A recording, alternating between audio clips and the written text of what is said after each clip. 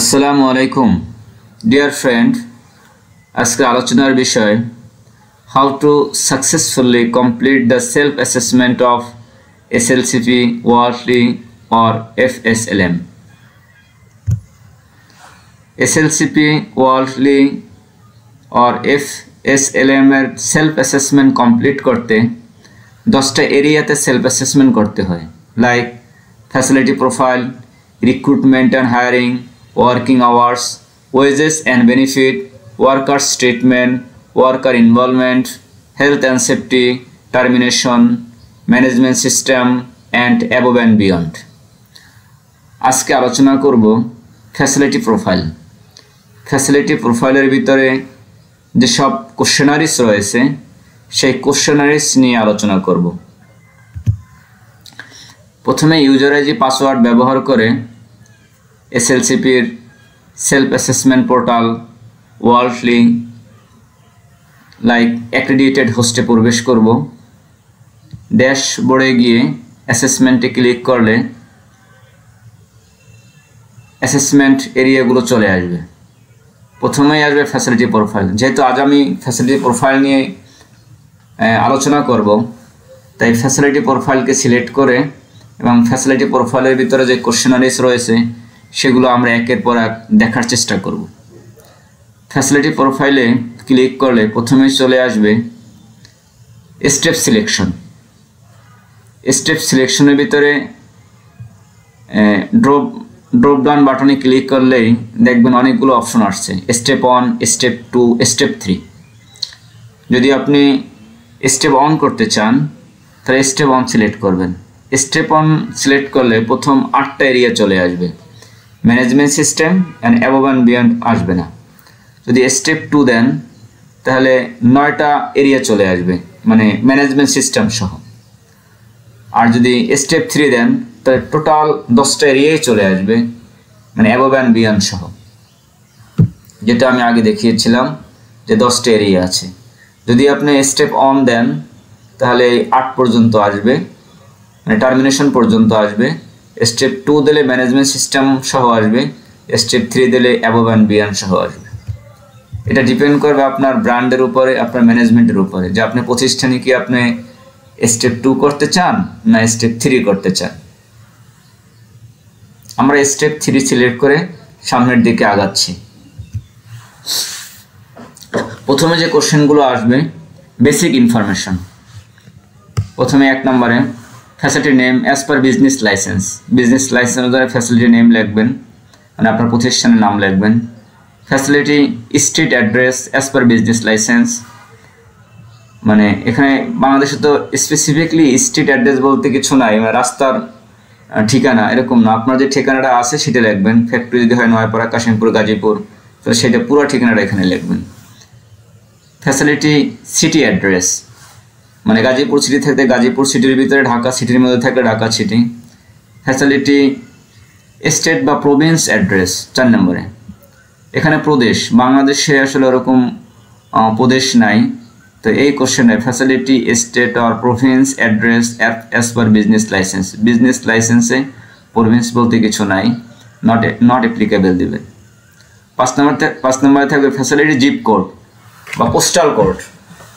তো যার যেটা আছে 1482 বা যার যেটা আছে সেভাবে লিখবেন। Facility name in local language. একটা কথা হলো যে আমার সমস্ত অ্যাসেসমেন্টটা ইংলিশে করতে হবে, ইংলিশ ল্যাঙ্গুয়েজ। আমাদের বেঙ্গলি ল্যাঙ্গুয়েজ এসএলসিপি বা ওয়ার্ল্ডলি বা এফএসএলএম নেই। তো যেখানে বলে দেবে স্পেসিফিক্যালি যে ইন লোকাল ল্যাঙ্গুয়েজ, সেই জায়গাটাতে শুধু লোকাল ল্যাঙ্গুয়েজ মানে বেঙ্গলি বাংলা ব্যবহার করতে হবে, বাকি সব জায়গাতে আমাকে ইংলিশ ল্যাঙ্গুয়েজ ব্যবহার করতে হবে। তো 6 নম্বরে facility name in local language, এই জায়গাতে আপনি এই কোশ্চেনে আপনি বাংলায় লিখবেন।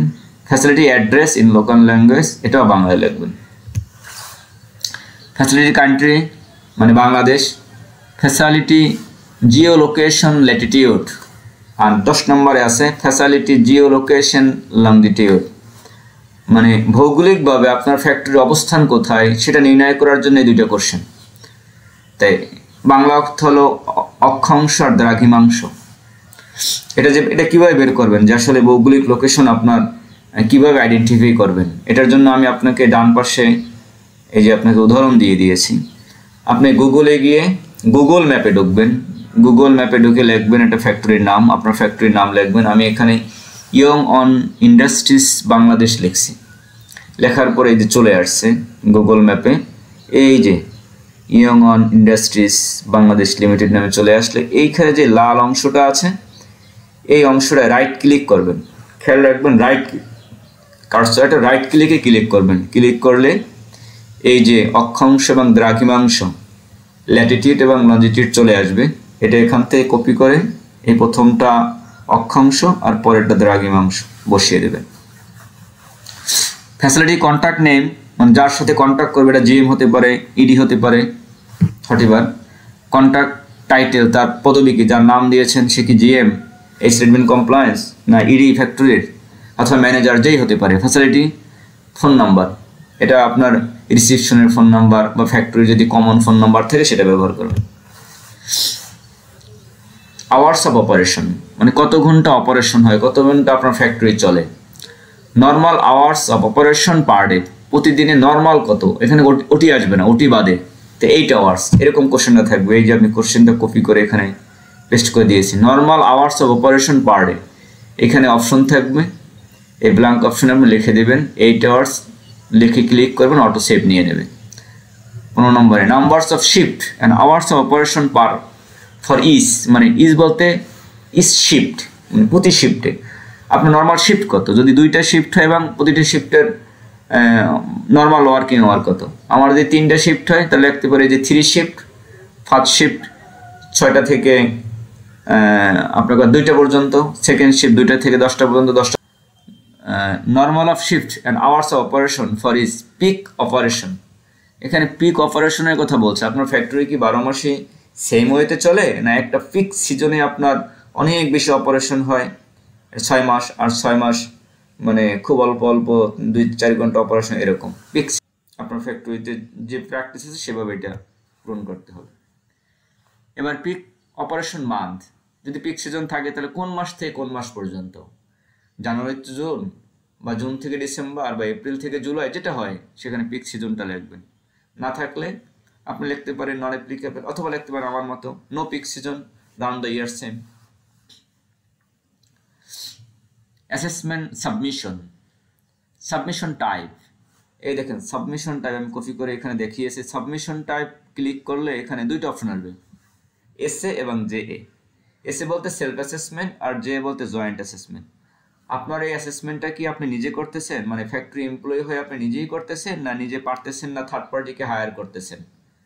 যদি থার্ড পার্টি আপনার অ্যাসেসমেন্ট করে দেয়, আপনি তাকে থার্ড পার্টির সাথে আর আপনারা যৌথভাবে করেন, থার্ড পার্টি করবে আপনাকে হেল্প করবে, এরকম যদি হয় তাহলে জয়েন্ট অ্যাসেসমেন্ট। আর যদি সেলফ অ্যাসেসমেন্ট আপনি নিজেরটা নিজেই করেন তাহলে সেলফ অ্যাসেসমেন্ট। আমি আশা করি আমার এই ভিডিও দেখার পরে আপনার জয়েন্ট অ্যাসেসমেন্ট করার দরকার হবে না, আপনি সেলফ অ্যাসেসমেন্ট নিজেরটা নিজেই করতে পারবেন। আমি সব কোশ্চেনগুলো এখানে নিয়ে এসেছি, তাহলে আশা করি আপনি সেলফ অ্যাসেসমেন্ট দেবেন, এসে দেবেন। 19 নম্বরে ফ্যাসিলিটি কন্ট্যাক্ট নেম,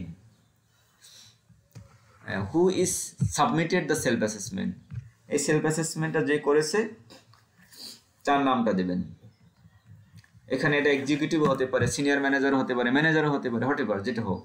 তার 20 নম্বরে তার ইমেল অ্যাড্রেস, এই date of self or joint assessment submission, এই সাবমিশন ডেটটা আমি বলে দেই, সেলফ অ্যাসেসমেন্ট করার সময় সাবমিশন ডেটটা দিবেন না, এটা ফাঁকা রাখবেন। এই সাবমিশন এই ডেটটা বসাবেন, আপনার সেলফ অ্যাসেসমেন্ট কমপ্লিট হয়েছে, এখন আপনি ভেরিফিকেশন করাবেন। যেদিন আপনি ভেরিফিকেশনের জন্য থার্ড পার্টির কাছে সেলফ অ্যাসেসমেন্টটা সাবমিট করবেন সেই দিনের ডেটটা বসাবেন। কারণ হলো এই ডেট থেকে 60 দিন সময় থাকবে আপনার সেলফ অ্যাসেসমেন্টের ভেরিফিকেশনের মেয়াদ।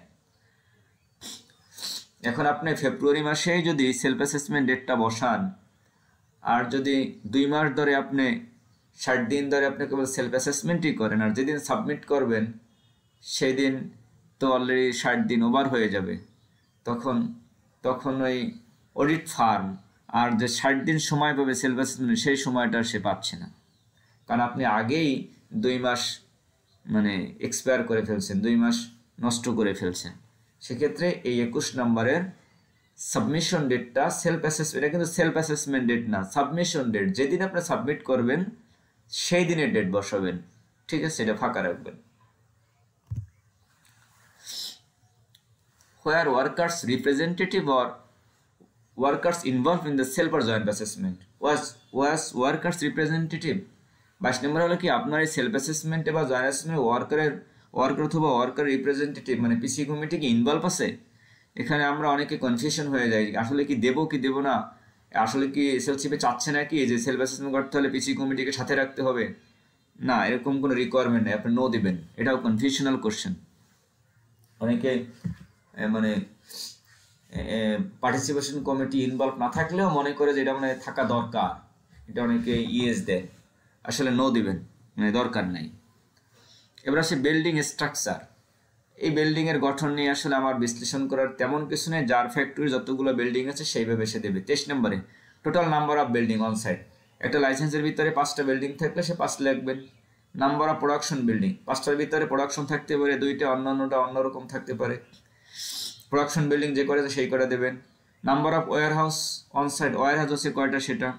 Number of on site dormitory একটা থাকলে লিখবেন, না থাকলে নট অ্যাপ্লিকেবল বা 0 লিখবেন।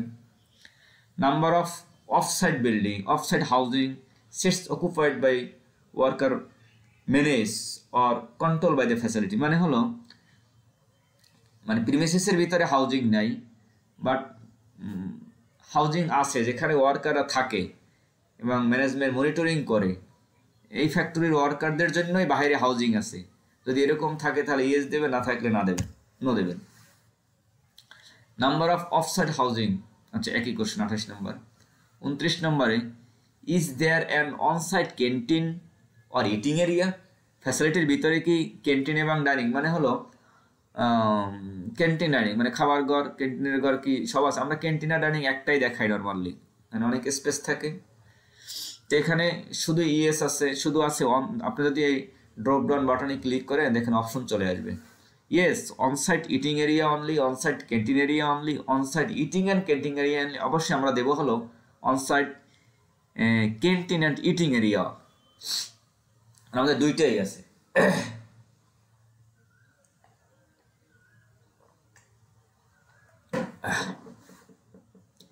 30 নম্বরে is there an offsite canteen management by the facility, ফ্যাসিলিটির বাইরে কি ক্যান্টিন আছে যেটা ম্যানেজমেন্ট মনিটরিং করে। Is there onsite child care facility, যদি চাইল্ড কেয়ার ফ্যাসিলিটি থেকে থাকে তাহলে চাইল্ড কেয়ার ফ্যাসিলিটি অবশ্যই আছে, ইয়েস দিতে হবে। Describe any other type of building, এই যত বিল্ডিংয়ের কথা বর্ণনা আছে এর বাইরে কি কোনো অন্য কোনো ধরনের বিল্ডিং আছে, থাকলে ইয়েস, না থাকলে no. No authorize other type of building লিখতে পারেন, অথবা আপনার মতো করে নট অ্যাপ্লিকেবল লিখতে পারেন।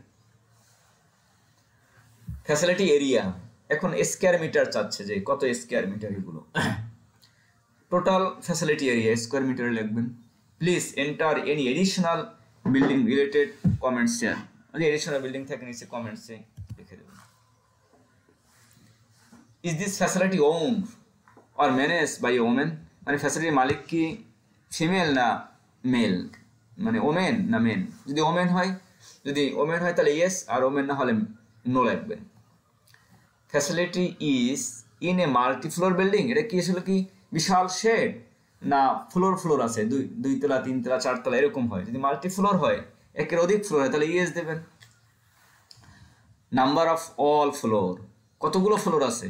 এখন আমার কথা হলো আপনার এখানে 5টা বিল্ডিং আছে, এক একটা বিল্ডিং হলো 5 তলা করে, তাহলে 5 গুণ 5 25টা ফ্লোর আছে, তাহলে আপনার 25 হবে টোটাল বিল্ডিংয়ের ফ্লোরগুলো গণনা করে। তো নাম্বার অফ অল ফ্লোর, এখানে ড্রপ ডাউন বাটনে ক্লিক করলে আপনি অপশন পাবেন হলো 1 2 3 4 5 6 7 8 9 and 10 অর মোর, মানে 10-এর উপরে আর নাই, আছে 10 অর মোর অধিক, আপনি এটি সিলেক্ট করে দেবেন যেহেতু আপনার 25টা আছে। আর একটা ব্যাপার হলো যে না বুঝেন তাহলে এই ভিউ গাইডেন্স ক্লিক করবেন, আপনাকে আবার এখানে ডিসক্রিপশন দেওয়া আছে যে কি দিতে বলছে, আপনি সহজেই বুঝতে পারবেন। 38 নম্বরে floor have been added since original construction, মানে প্রথম যখন কনস্ট্রাকশন তৈরি করেছিল তারপর কি কোনো ফ্লোর অ্যাড হয়েছে, মানে পরে কি আবার ফ্লোর বাড়ানো হয়েছে। তাহলে ইয়েস, বাড়ানো হলে ইয়েস, না বাড়ালে নো। শেয়ার্ড বিল্ডিং মানে আপনার যে লাইসেন্সে যে বিল্ডিংগুলো আছে এখানে কি অন্য কোনো লাইসেন্সের ফ্লোর কি ইউজ করা হচ্ছে, শেয়ার করা হচ্ছে, সেই ব্যাপারগুলো এখানে চাবে। Building is share with other facility, আপনার যে বিল্ডিংগুলো আছে এখানে আদার ফ্যাসিলিটি, অন্য কোনো ফ্যাসিলিটি কি শেয়ার করতেছে? আচ্ছা, থাকলে ইয়েস, না থাকলে no. Residential building has been covered in the, এর ভিতরে কি রেসিডেন্সিয়াল মানে আবাসিক কোনো ভবন আছে? Residential building has been covered in the facility, আবাসিক নাই, no. Residents are located in any facility building, একই কথা। Which floor does facility occupy in a multi-floor share building? আচ্ছা, এই যে 43 নম্বর কোশ্চেনটা মাঝে মাঝে দেখছি হোয়াটসঅ্যাপে অনেকেই নক করে যে অ্যান্সারটা কি হবে। মনে করেন young on industries Bangladesh limited একটা বিল্ডিং, একটা ফ্যাক্টরি, 10 তলা ভবনের একটা ফ্যাক্টরি। এর ভিতরে 2টা ফ্লোর, মাঝখান থেকে 5 এবং 6 ইয়ং অনের সিস্টার কনসার্ন ইয়ং অন প্যাকেজিং লিমিটেডের লাইসেন্সে আছে এবং তারা এই 2টা ফ্লোর ব্যবহার করে। তাহলে এটা কি শেয়ার বিল্ডিং হয়ে গেল? এই বিল্ডিংয়ে 2টা ফ্যাক্টরি রয়েছে, একটা ইয়ং অন ইন্ডাস্ট্রি বাংলাদেশ লিমিটেড আর হচ্ছে ইয়ং অন প্যাকেজিং লিমিটেড। তাহলে আপনাকে শেয়ার বিল্ডিংয়ে শেয়ারটা আপনি অন্যের কাছে এই বিল্ডিংয়ের একটা 2টা ফ্লোর শেয়ার করতেছেন, তাহলে লিখে দেবেন যে 5th and 4th of building 8 are used as shared building হিসেবে ব্যবহার করতেছেন। আর যদি এরকম না থাকে তাহলে নো, আমি ব্যবহার করি না। এটা আসলে ডিপেন্ড করবে আপনার ফ্যাসিলিটির উপরে, আপনার কিভাবে সাজানো আছে ফ্যাক্টরি তার উপরে। কিন্তু কোশ্চেনটা বলতেছে আপনার যে বিল্ডিংগুলো আছে এখানে হুইচ ফ্লোর, কোন ফ্লোরগুলো আপনি শেয়ার বিল্ডিং হিসেবে ব্যবহার করতেছেন। 44 নম্বরে list the business name of the others occupied of the building. আচ্ছা, আপনি যে ওই যে 2টা ফ্লোর যে ব্যবহার করতেছেন 5th and 4th floor share building হিসেবে, তাহলে কাদের সাথে, যাদের সাথে শেয়ার করতেছেন তাদের বিজনেস নাম কি? তাদের বিজনেস নাম হতে পারে ইয়ং অন প্যাকেজিং লিমিটেড। ওকে,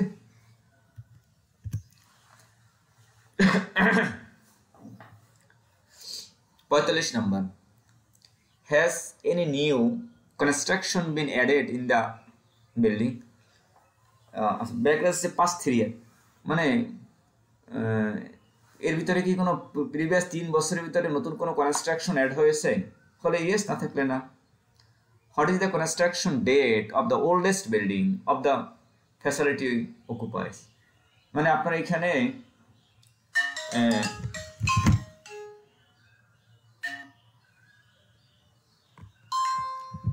বলা হয়েছে যে does the facility, what is the construction date of the oldest building of the facility occupies. ফ্যাসিলিটি এর ভিতরে যে বিল্ডিংগুলো আছে এর ভিতরে সবথেকে পুরনো বিল্ডিংয়ের কনস্ট্রাকশন ডেটটা বলবেন। এখন এই ইয়ং অন ইন্ডাস্ট্রি লিমিটেডের অধীনে 5টা বিল্ডিং আছে, এর ভিতরে একটা হয়েছে 2004 সালে, একটা 2008 সালে, একটা 2012 সালে। আপনি সবচেয়ে পুরনো হলো 2004 সাল, এই 4 সালেরটা এখানে বসিয়ে দেবেন। Does the facility rent or own the premises the occupied? এটা কি আসলে মালিকের ভাড়া করা না নিজের? তো ড্রপ ডাউন ক্লিক করলে এখানে পাবেন facility legally own the premises building they occupied। এসে legally own মানে বৈধভাবে সে মালিক, যদি নিজের হয় তাহলে নিজের ভাড়া থাকলে ভাড়া দেবেন। ওকে, 48 নম্বরে the total number of workers. আচ্ছা, আমরা ওয়ার্কার বলতে বুঝি লেবার লতে তফসিল কতে 1 থেকে 4 গ্রেডে যারা আছে, helper, junior operator, operator, senior operator. আর তফসিল খতে যে 4টা অপশন আছে, security, loader, cleaner, checker, cooker, ETP operator, WTP operator, office সহকারী, তারপর আছে ফায়ারম্যান, অনেক মানে পজিশন আছে। সবাই কিন্তু লেবারের অধীনে ওয়ার্কার, তফসিল ক এবং খয়ের। এসএলসিপি সবাইকে আইডেন্টিফাই করে নাই। এসএলসিপি যাদেরকে বুঝাইছে সেটা হলো যে তফসিল কয়ের 1 থেকে 4 গ্রেডের, আর তফসিল খ থেকে সামান্য নিয়েছে। আবার একটা ডিসক্রিপশনে দিয়েছেন, those who are directly involve in the production, যারা প্রোডাকশনের সাথে সরাসরি জড়িত তারা, প্লাস বলার worker, mechanics repair person, who load product on the truck, মানে লোডার যারা, এদেরকে নিয়ে বোঝাইছে। বাকি যে fireman, security, cleaner, medical assistant, nurse, এরাও যে তফসিল খয়ের ওয়ার্কার, এদেরকে কিন্তু মিন করে নেয়। ঠিক আছে, আপনি এইভাবে আপনার ওয়ার্কারটা সেট করবেন, গুনে দেখবেন কতজন আছে। আমি মনে করলাম 5000 আছে। এখন এই 5000 থেকে দেখেন কিভাবে চাইছে, the percentage of the normal workforce does the total number of the work affected reflect. এখানে চাইছে হলো আপনার টোটাল ওয়ার্কারের থেকে নর্মাল ওয়ার্কার কত পার্সেন্টেজটা কত। আসলে যাই আমার 5000 থাকলে 5,000 আমার নর্মাল ওয়ার্কার, কারণ এটা সব সময়ের জন্যই থাকে। হয়তো সামান্য আপ ডাউন হয়, হয়তো 4950 হয়, আবার 5000, এটা কোনো বড় কোনো বিষয় নেই, মানে যেটা আছে সেটাই এখানে। নাম্বার অফ মেল ওয়ার্কার, এই যে 5000 আছে, মেল কয়জন, ফুল টাইম ওয়ার্কার কয়জন, এই যে 5000 আছে এর মধ্যে ফুল টাইম কজন, সবাই full time. Number of male full time worker, এর মধ্যে মেল ফুল টাইম কত। নাম্বার অফ পার্মানেন্ট ওয়ার্কার, যা আছে সবই পার্মানেন্ট না। আপনি এখান থেকে প্রবেশন পিরিয়ডে, মানে যাদের বয়স 3 মাস হয় নাই তাদেরকে বাদ দিয়ে এখানে বসাবেন, কারণ তারা হলো probationary worker. Okay, number of temporary worker 54 নম্বর, এই যে 54 নম্বর টেম্পোরারি। আসলে টেম্পোরারি ওয়ার্কার আমাদের নেই বললেই চলে, নাই। এজেন্সি বা কন্ট্রাক্ট ওয়ার্কার, দেখেন এজেন্সি ওয়ার্কার যদি আমরা থার্ড পার্টি থেকে হায়ার করে থাকি, তারা এই স্যালারি দিয়ে আমরা থার্ড পার্টির যে মালিক থেকে তাকে আমরা নির্দিষ্ট পেমেন্ট করি, এরকম যদি থাকে তাহলে মানে এজেন্সি ওয়ার্কার। এর নর্মালি গার্মেন্টসে এগুলো খুবই কম ব্যবহার হয়, আমাদের নাই, আশা করি আপনাদেরও নাই। Number of contract workers employed by third party who are not paid of the production process, এই একই কথা যদি থার্ড পার্টি ওয়ার্কার থাকে। 17 নম্বর number of foreign migrant worker, আর 58 আছে number of domestic migrant worker. আমরা এই দুটোটাই number of foreign migrant worker খুব সহজেই বুঝি, যে বাহির থেকে যে ওয়ার্কার বাংলাদেশে প্রবেশ করেছে, মাইগ্রেন্ট হয়েছে, অনুপ্রবেশ করেছে,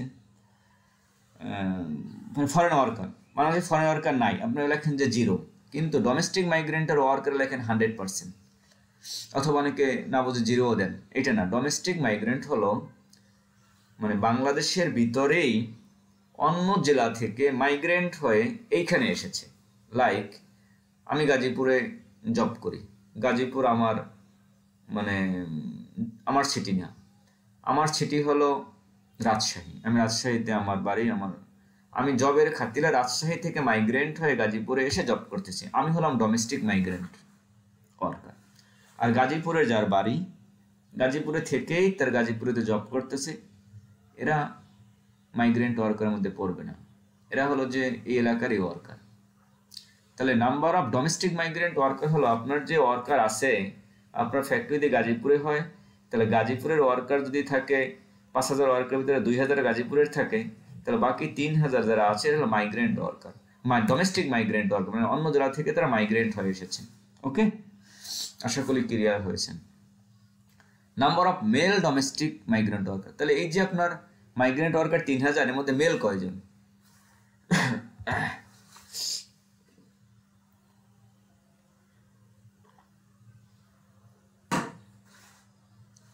60 নম্বরে হোয়ার in the country are the domestic migrant worker from, অর্থ হলো দেশের কোথা থেকে ওই ডোমেস্টিক মাইগ্রেন্ট ওয়ার্কার এসেছে।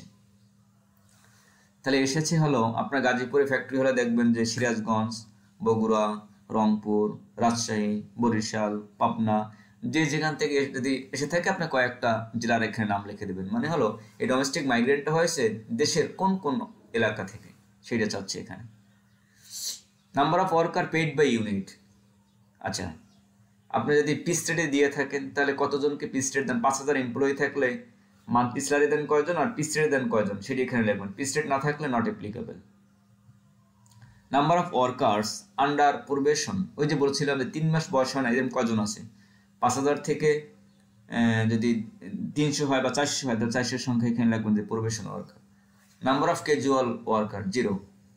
Number how many workers under the age of 18, মানে 18 বছরের নিচে ওয়ার্কার আছে কতজন, আমার মনে হয় যে 0, কোনো ফ্যাক্টরিতেই নাই।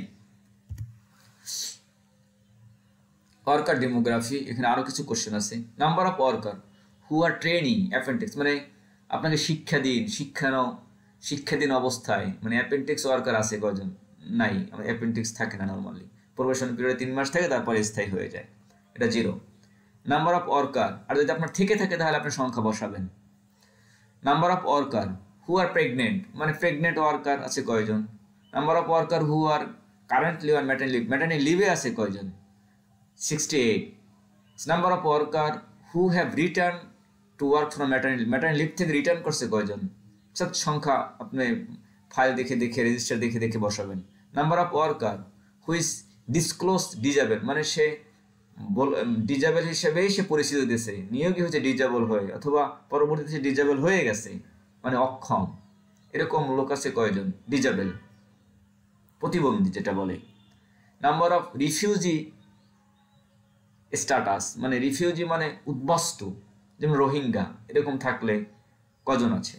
Number of worker who bring production work home or work on production to at home exclusively, মানে আপনার হোম ওয়ার্কের কয়জন, মানে হলো আপনারই কাজ আপনি কিছু লোকদেরকে দিয়ে দিচ্ছেন, তারা বাড়িতে বসে কাজ করে, কাজ কমপ্লিট হলে আপনার কাছে দিয়ে যাবে, এরকম ওয়ার্কার আছে কয়জন, এরা গার্মেন্টস সেক্টরে নাই, এটা ক্ষুদ্র কুটির বয়ান শিল্পে হয়তো বা বাড়ি গিয়ে কিছু কাজ দিতে পারে, গ্রামীণ কিন্তু গার্মেন্টস শিল্পে এরকম রেওয়াজ নাই। ফ্যাক্টরিতেই তাই কোয়ালিটিফুল প্রোডাক্ট দিতে পারে না, বাড়িতে কাজ দিলে তো সে মানে তরকারির ঝোল টোল লাগে, সব শেষ।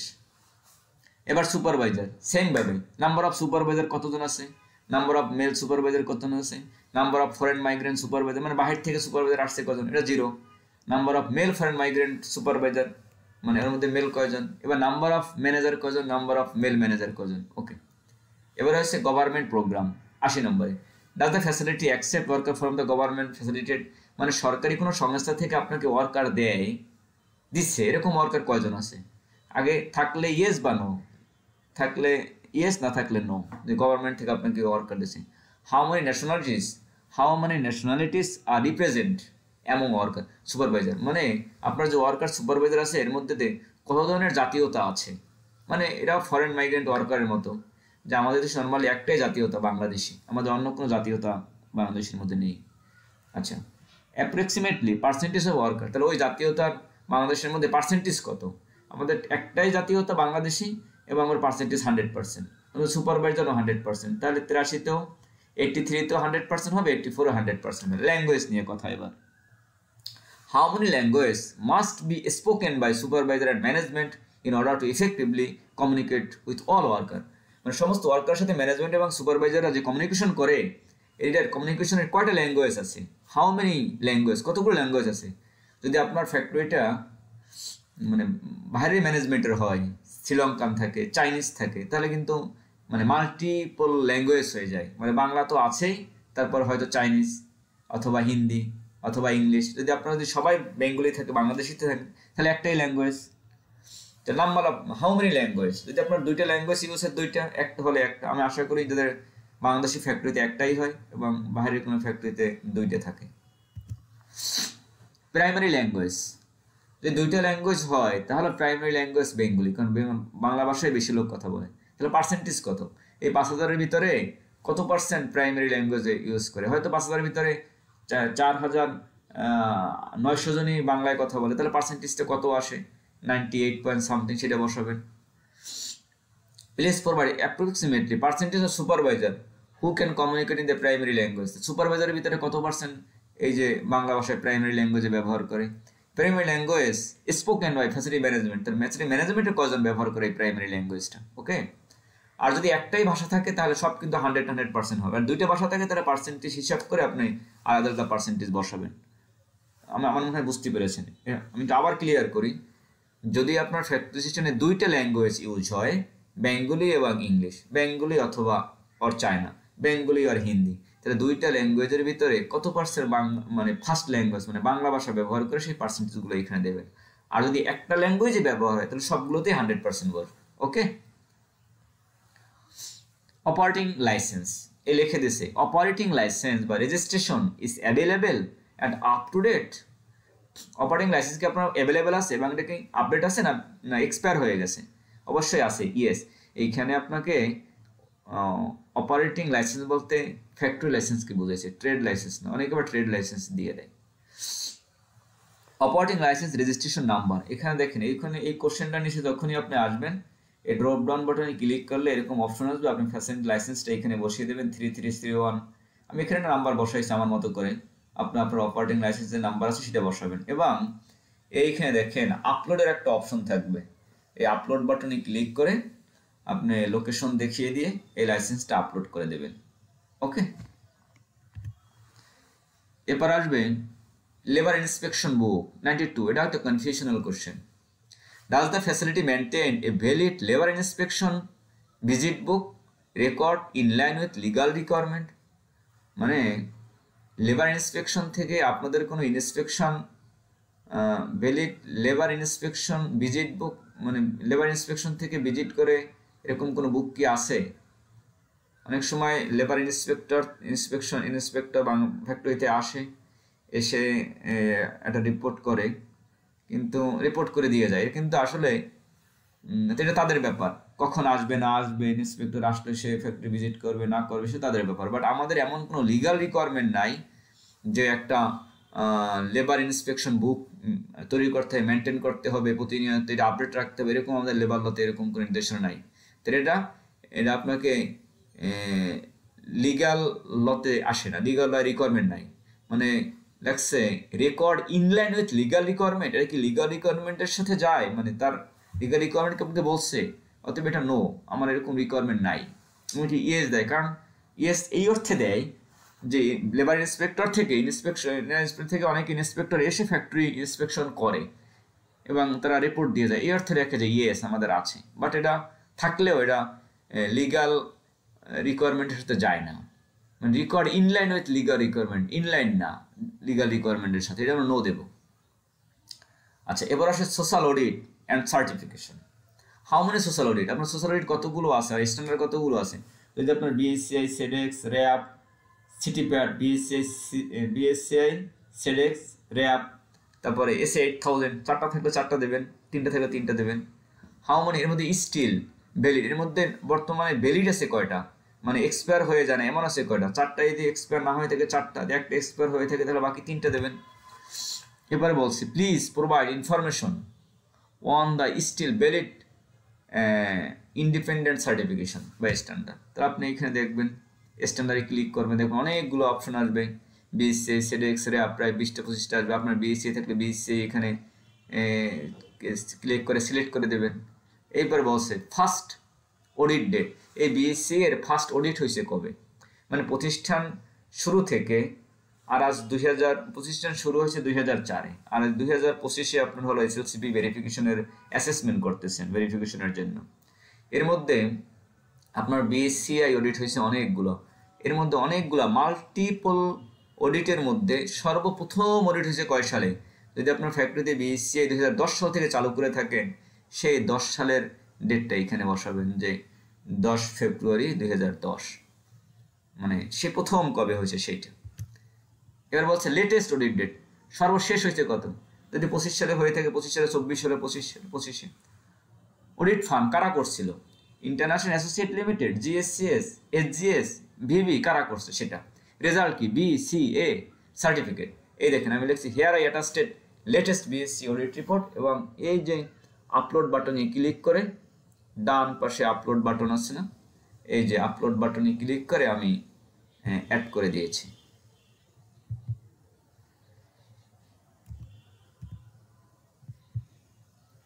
এই যে আপলোড বাটনে ক্লিক করে অ্যাড করে দিতে হয়েছে।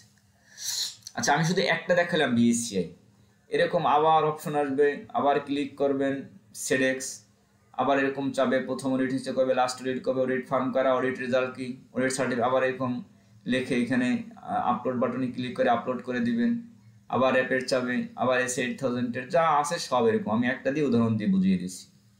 এবার হয়েছে প্রোডাকশন অপারেশন ইনফরমেশন, মানে প্রোডাকশন অপারেশন কী ধরনের অপারেশন এখানে পরিচালিত হচ্ছে।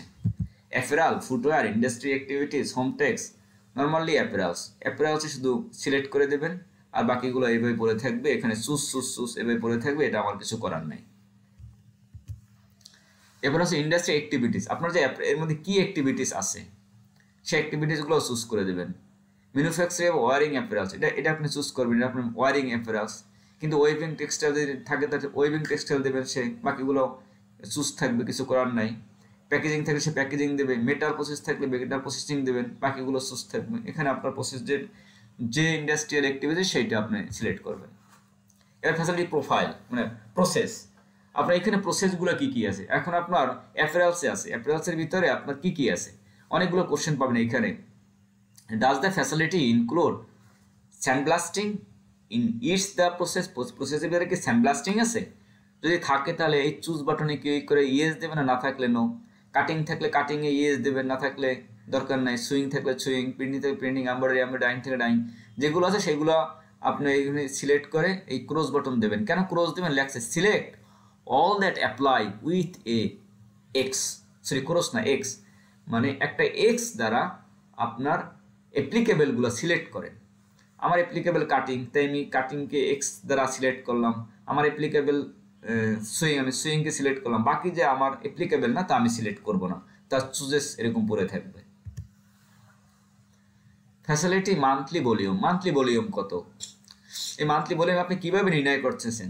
এটা পিসেসে না স্কোয়ার ইয়ার্ডে, গজে, মিটারে, না কিলোগ্রামে? যদি পিসে হয় তাহলে এই পিসে সিলেক্ট করবেন, এই যে ইউনিট পিসেস। আর যদি আপনার ইয়ার্ডে হয়, গজে দেবেন, মিটারে হলে মিটারে দেবেন। আচ্ছা, অ্যাভারেজ মান্থলি ভলিউম কত? অ্যান্ড মান্থলি ভলিউম, আর নিচে একটা কোশ্চেন আছে যে অ্যাভারেজ মান্থলি ক্যাপাসিটি আর ভলিউম কিন্তু এক না, একটু আইয়ের সাথে আপনার করে নেবেন, কথা বলে নেবেন। ক্যাপাসিটি হলো ম্যান মেশিন রেশিও অনুসারে আই একটা হিসাব করে যে আমার ফ্যাক্টরিতে ক্যাপাসিটি হলো মান্থলি প্রোডাকশন 20 লাখ পিসেস। কিন্তু আসলে 20 লাখ পিসেস কি প্রোডাকশন হয় না, কারণ একটা ওয়ার্কারের এফিসিয়েন্সি 100% ধরেই ক্যাপাসিটি তৈরি করা হয়। কিন্তু 100% কি এফিসিয়েন্সি দিতে পারে না। সে অসুস্থ থাকে, সে বিভিন্ন ধরনের সমস্যা থাকে, মেশিনের সমস্যা থাকে, তার নিজের সমস্যা থাকে, প্রোডাকশনের সমস্যা থাকে, সব মিলিয়ে দেখা যায় যে 70%, 80%, 65% এফিসিয়েন্সি হয়। তো সেই হিসাবে অ্যাকচুয়াল ভলিউমটা হবে এইখানে এই 118 নম্বরে, আর মান্থলি ক্যাপাসিটি যেটা আপনার আছে সেটা এইটা। ধরুন 200 হলে আপনার ক্যাপাসিটি, আর আপনার ভলিউম হলো 180, ঠিক আছে, কম হয়। Okay, please describe how the monthly capacity is calculation. এই যে মান্থলি ক্যাপাসিটি যে ক্যালকুলেশন করছেন, এই যে 2 লাখ পিসেস বা 2000 পিসেস, 200 পিসেস, এটা কিসের উপর ডিপেন্ড করে? এটা কি আপনি do you base on year calculation on regular working hour আর ইনক্লুড ওভারটাইম সহ, না শুধু রেগুলার ওয়ার্কিং আওয়ার? আপনি লিখবেন হলো রেগুলার ওয়ার্কিং আওয়ার, কারণ ক্যালকুলেশন হবে রেগুলার ওয়ার্কিং আওয়ারে। আপনি ওভারটাইম ধরে ক্যাপাসিটি ক্যালকুলেশন করা যায় না। ওকে, আমি আজকে কিন্তু লিখে দিছি regular working hour 8 hours. Okay, what is the facility form of production বা অপারেশন প্ল্যানিং? এটা কি মান্থলি প্ল্যানিং না সাপ্তাহিক না ইয়ারলি? নর্মালি ফ্যাক্টরিতে আইয়ের সাথে কথা বলবেন, মান্থলি হয়। এবারে আছে what is the facility definition of the lead time. আপনি লিড টাইমের একটা সংজ্ঞা আসতে হবে এখানে। লিড টাইম বলতে আপনি সংজ্ঞাটা দেন কখন, মানে প্রোডাকশন শুরু থেকে শিপমেন্ট পর্যন্ত কি আপনি লিড টাইমটা দিয়েছেন? লিড টাইম যদি আপনি দেন 90 দিন, তাহলে এই 90 দিন কি আপনার প্রোডাকশন শুরু থেকে শিপমেন্ট পর্যন্ত, না অর্ডার কনফার্ম হওয়া থেকে শুরু মানে শিপমেন্ট পর্যন্ত? এটা আপনার মার্সেন্টাইজের সাথে কথা বলবেন। নর্মালি স্ট্যান্ডার্ড হলো অর্ডার কনফার্ম হওয়ার থেকে শুরু করে ফাইনাল শিপমেন্ট পর্যন্ত যে সময়টা লাগে এটাকে লিড টাইম বলা হয়। আমি লিখে দিয়েছি lead time refer to the total time required from the receipt of an order to the final shipment of the goods to the buyer। মানে অর্ডার কনফার্ম থেকে শুরু করে বায়ারকে শিপমেন্ট পর্যন্ত যে সময়টা, এটাকে লিড টাইম বলা হয়। Okay, what is the facility maximum lead time week as unit of measurement. এটা অনেকেই ভুল করে, কারণ এখানে লেখছে what is the facility maximum lead time. এই ম্যাক্সিমাম লিড টাইম জিজ্ঞেস করলে পার্সেন্টেজে বলবে 90 দিন। আপনি এখানে 90 দিয়ে অ্যান্সার লেখেন তাহলে ভুল হবে। কারণ হলো এই 90 দিনের তারা দিন চায় নাই, তারা চাচ্ছে এই লিড টাইমটা উইকলি দেবেন, মানে কত সপ্তাহ লিড টাইম। তাহলে 90 দিনের সপ্তাহ আসে 13 সপ্তাহ, কিন্তু আপনি 13 দিলে আপনি যদি 90 লিখে রাখেন তা 90 গুণ 7, 7 9 63, 630 দিন হয়ে যায়। তা আপনি এখানে উইকলিতে হিসাব করে দিবেন। Okay. Has the facility had any rush order within the assessment period. Assessment পিরিয়ডে কি রাশ অর্ডার আছে? ডিকশনারিতে রাশ দেখবেন মানে খারাপ, কিন্তু এখানে খারাপ বোঝায় নাই, মানে এখানে বোঝাচ্ছে হলো এমার্জেন্সি অর্ডার, মানে আজকেই মানে অর্ডার করে 2 দিনের মধ্যেই শিপমেন্ট চাচ্ছে, মানে তাড়াহুড়ো করে শিপমেন্ট দেওয়া লাগছে, এরকম কি কোনো অর্ডার আছে? রাশ কি কোনো অর্ডার আছে? আচ্ছা, নাই, নো দেবেন। এবার আছে সাবকন্ট্রাক্ট। আপনার যদি কোনো প্রসেস না থাকে, মনে করেন আপনার একটা composite factory, knitting, dyeing, printing, cutting, এবার হচ্ছে যে এমব্রয়ডারি, এবার ফিনিশিং, এভরিথিং আছে, বাট আপনার এওপি নাই। এই এওপির জন্য একটা সাবকন্ট্রাক্ট করাইতে হয়, ঠিক আছে? অথবা আপনার প্রিন্টিং নাই, প্রিন্টের জন্য করাইতে হয়, তাহলে লিখবেন যে ইয়েস আমার সাবকন্ট্রাক্ট করাইতে হয়। আর যদি সব প্রসেসই আপনার থাকে, আর যদি কাট টু প্যাক হয়, যদি ফেব্রিক কিনে আনেন, তাহলে আপনার সাবকন্ট্রাক্ট লাগে না, আপনি শুধু কাটিং করেন, ফিনিশিং করেন, শিপমেন্ট করেন, আর বাকি তো আপনার পারচেস। ওকে। কিন্তু আপনার যদি ডাইং থেকে শুরু করে শিপমেন্ট পর্যন্ত যান, মাঝখানে যদি এমব্রয়ডারি না থাকে, তাহলে এটা আপনার সাবকন্ট্রাক্ট, আপনি বাইরে থেকে করাইয়ে আনেন। ওকে। ইফ যদি থাকে, হাউ মেনি সাবকন্ট্রাক্ট, কতগুলো আছে? একটা থাকলে একটা প্রসেসের জন্য, এমব্রয়ডারির জন্য, অথবা এওপির জন্য। ওকে। নেম অফ দ্য সাবকন্ট্রাক্ট, কাদের কাছ থেকে করান? এবিসি কোম্পানির থেকে করেন। তার অ্যাড্রেস কি? অ্যাড্রেস গাজীপুর। কন্ট্যাক্ট নাম্বার, কার সাথে যোগাযোগ করেন তার নাম্বার, তার অ্যাড্রেস কি? ওকে। লাস্ট অপশন আছে, please describe any concerns or difficulties with questionnaires listed in the section। এই সেকশনে যে আপনার কোশ্চেনগুলো ছিল, এর মধ্যে আপনি কোনো ডিফিকাল্টি ফেস করেছেন? নন অ্যাপ্লিকেবল লিখতে পারেন, অথবা লিখতে পারেন যে নো, বা আপনার কমেন্টস লিখতে পারেন যে না, কোনো ধরনের ডিফিকাল্টি ফেস করিনি। সবাইকে অসংখ্য ধন্যবাদ আমার এই ভিডিওটা মনোযোগ সহকারে দেখার জন্য। আমি এক এক করে সেলফ অ্যাসেসমেন্টের যে 10টা এরিয়া আছে, মানে ফ্যাসিলিটি প্রোফাইল থেকে শুরু করে A1 B1 পর্যন্ত, প্রত্যেকটা এরিয়ার জন্যই আমি আলাদা আলাদা ভিডিও করব, এবং আমার এই ভিডিওগুলো দেখে আপনাদের সেলফ অ্যাসেসমেন্ট পূরণ করতে আমি আশা করি না আপনার জুনিয়রদের, আপনার সিনিয়রদের কাছে গিয়ে দাঁড়িয়ে থাকতে হবে, অথবা আপনার কলিগকে ফোন করে ডিস্টার্ব করতে হবে। মনোযোগ সহকারে দেখলে নিজেই করতে পারবেন। তাছাড়াও যদি এসএলসিপির সেলফ অ্যাসেসমেন্ট করতে গিয়ে আপনার কোনো সমস্যা হয়, তাহলে নিচের এই যে হোয়াটসঅ্যাপ নাম্বারে ফোন দিও, যদি ফ্রি থাকি ইনশাল্লাহ আমি হেল্প করব। Thanks a lot everyone. আসসালামু আলাইকুম।